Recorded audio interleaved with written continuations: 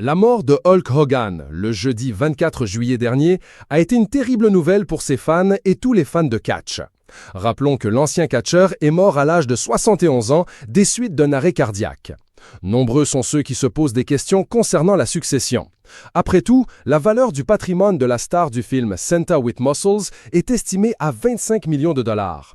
Pourtant, il semblerait que Brooke Hogan, la fille aînée de Hulk Hogan, ne touchera pas un seul centime de sa succession. Rappelons que la star a eu deux enfants, Brooke, 37 ans, et Nick Hogan, 35 ans. Non seulement la chanteuse américaine s'était retirée de la vie de son père, mais également de son testament.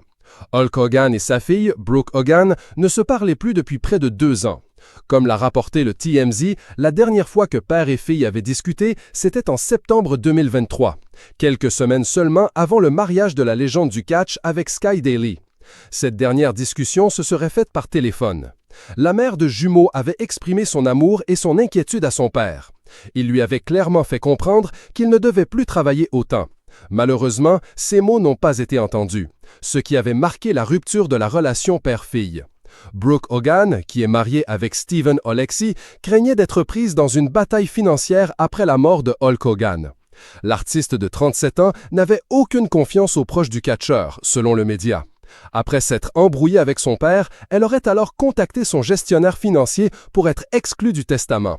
Le cœur brisé par le manque de confiance de son père, la mère de famille affirme n'avoir jamais été motivée par sa fortune. Jusqu'ici, l'identité de l'héritier de son patrimoine, de ses marques déposées, de sa propriété intellectuelle et de tous ses actifs n'a pas encore été établie.